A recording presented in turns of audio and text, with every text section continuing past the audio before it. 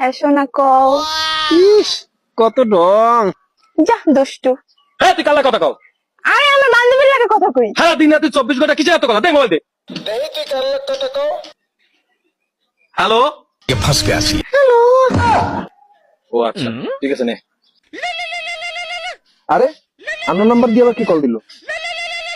আর বাইরে তো। হ্যালো। আমি ওই আরিশ ভাইয়ের ভাই।